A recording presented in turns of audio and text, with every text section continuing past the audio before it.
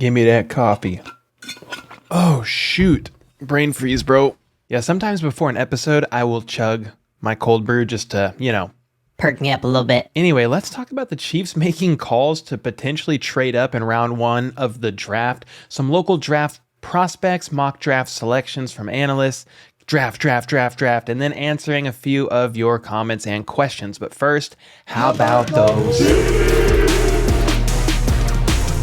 What's up, everybody? My name is Cole, and I do daily news about the Chiefs and the NFL overall, so make sure to sub if you're new, hit that like button if you are beyond sick and tired of mock drafts, and let's get into this news. To start things off, the Chiefs recently shared some of their favorite entertainment game day photos, and some of my favorites were to see the guys they brought in for the pregame drum ceremony. You have Neil Smith, Anthony Sherman, Alex Smith, Dante Hall, Tony G, DJ, and Jamal Charles, among others. You really love to see it, especially Alex Smith. For me personally, such a crazy story of being injured, all the surgeries and recovery for him. I'm just glad he's able to walk and still be a dad and a husband and all that good stuff. All right, offseason training is still underway, and the Chiefs recently shared a post that said, "Back in the lab," featuring photos of Mahomes, Hardman, Kelce, MVS, and you got Juju in there training as well, a good chunk of our, in my opinion, primary receiving core.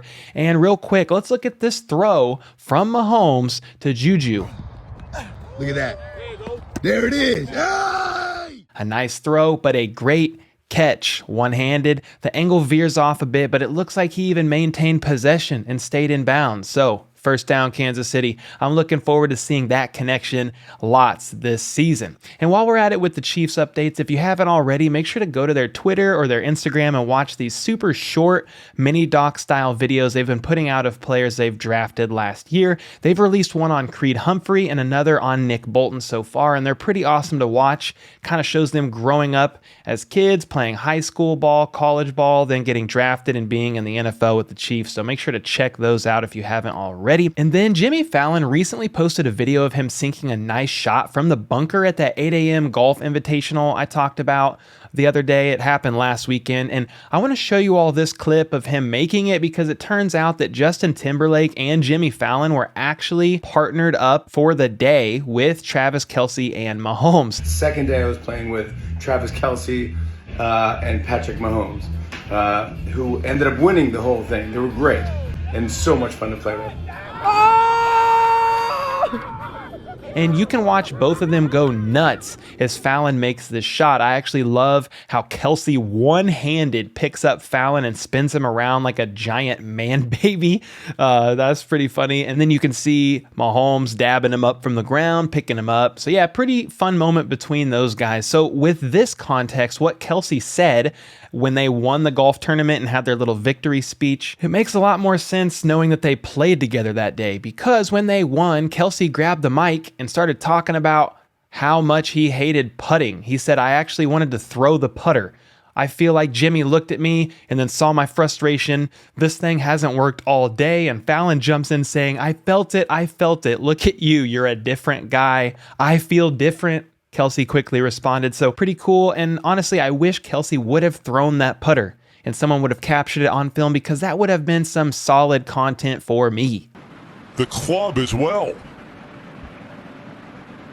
That's halfway across the lake. So he's down a club. And then when Mahomes gets the mic, I feel like the guy wants deep down to talk trash and be like, "Look at me, y'all. I'm good at everything I do. I could have made it to the MLB if I wanted, but instead I chose football, won a league MVP, then a Super Bowl ring real quick, and now I'm here and just beat all of y'all in golf. So hold this L, you bunch of wealthy losers." But we all know he's a pretty humble dude and just way too nice. So instead, he simply said, "We'd just like to say it was a great time. Justin, appreciate you having us out here, and let's run this back next year." So there you have it. And one more quick thing on Mahomes. He was actually spotted courtside for the Mavericks playoff game the other night, reacting to a great, deep three-pointer, which Luka drains in the third quarter, and Mahomes was definitely impressed. You can actually see him lipping, my God, on the camera, because, yeah, that shot was insane. So, yeah, I know he's a big fan of basketball. Just, Mahomes, if you ever watch any of my videos, please, no more pickup games. no more pickup basketball games because, yeah, that stuff really stresses me out. And speaking of things that stress me out, and possibly you all as well, on a scale of 1 to 10, how freaking sick are y'all of mock drafts? I'm not really stressed by them, I guess, but I'm just tired of them. And that is why I cannot wait for the draft to be over. I think that's almost a bigger reason for me than seeing who the Chiefs actually select, so I can just quit seeing mock draft news. But here we are with some more mock draft news from some high profile analysts and the like. You have Ryan Wilson from CBS Sports mocking wide receiver Chris Olave with pick 29, which would be a bit insane if Olave makes it that far down into round 1, to be honest. But if he does, would we grab him? You would think so. Then you have him selecting defensive lineman Logan Hall, who has the frame of an edge rusher but mostly played inside for the Cougars. He's a bit small, I think, maybe even a bit small for Spag's liking, but you never really know. From there, Peter King from NBC Sports has the Chiefs taking North Dakota State Christian Watson with pick 29, and then Georgia safeties Lewis Seen with pick 30. Then you have Rhett Lewis from NFL.com doubling up on defense, sending Clemson cornerback Andrew Booth to the Chiefs with pick 29. Then Penn State edge rusher Arnold Ebiketie with pick 30. So that is interesting. I've also seen some people mocking David Ojabo to the Chiefs, even though he tore his Achilles at his pro day and won't make an impact really in 2022. I guess I'm not 100% opposed to that idea if we were able to maybe bring Melvin Ingram back for a year with the thought that Ojabo's going to heal up, get healthy, learn the scheme, and then make an impact maybe late in the season or next season for sure. But that is a huge gamble if we are going to be honest, and I'm not sure the Chiefs are going to take that risk. And then you have the guys at KCSN. They did a round 1 mock draft just last night. They ended up selecting safety Daxton Hill at pick 29 and UConn DT Travis Jones at pick 30. And to be clear, they weren't overwhelmingly excited about these picks, but they were the best remaining defensive players with this mock if the Chiefs stayed put at 29 and 30. Definitely comment your thoughts below on what you think the Chiefs are going to do here in round 1. Will they play it safe and stay at 29 and 30? Will they move up, trade back? So many possibilities at play and scenarios that could happen, and I'm just very glad we will be able to stop guessing here soon and just see who they end up going with. And then Arrowhead Pride recently put out an article on 10 local draft prospects to keep an eye on, and I did find this worth mentioning because it's kind of cool to see if any of these guys that are local to the Kansas City area make it off the draft board and onto an NFL team. So let's go through them real quick, very quick list here. You have tight end Garrett Prince from UAB, and he went to Shawnee Mission Northwest High School. You have tight end Lucas Krull from Pittsburgh and went to Mill Valley High School. Running back Rashad White from Arizona State and went to Center High School and KCMO. Cornerback Mario Goodrich from Clemson and went to Lee Summit West. And that's interesting because I can almost throw a rock from my front door and hit Lee Summit West, so that's cool. Then you have cornerback Sam Webb from Missouri Western and went to Excelsior Springs High School. Quarterback Skylar Thompson from K-State who went to Fort Osage High School in Independence, Missouri. Cornerback Deron Lowe from Liberty and went to St. Thomas Aquinas. Offensive lineman CJ Perez from Temple who also went to St. Thomas Aquinas as well.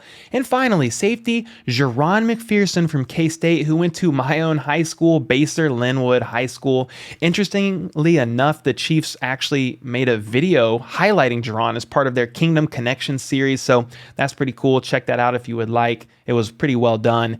Anyway, keep your eyes out for these guys come draft day, and make sure to check out the article in the description if you want more details on any of these players in particular. And then Albert Breer recently posted an article in his What I'm Hearing series for Draft Week. He actually directly mentions the Chiefs and says this: as has been expected with 12 picks and 2 first rounders in the chamber, click clack, the Chiefs have started to call teams through the 20s about trading up. It might be for a receiver, but I wouldn't rule out an aggressive move for a corner or pass rusher either. All right, let's pause here for a quick second from a word from our sponsor. Hi, it's Vince with ShamWow. Just kidding, but let's pause. Listen, Albert, if the Chiefs trade up for a cornerback, I will delete this channel completely and become a Denver Broncos fan because that is not going to happen, bro. Nope.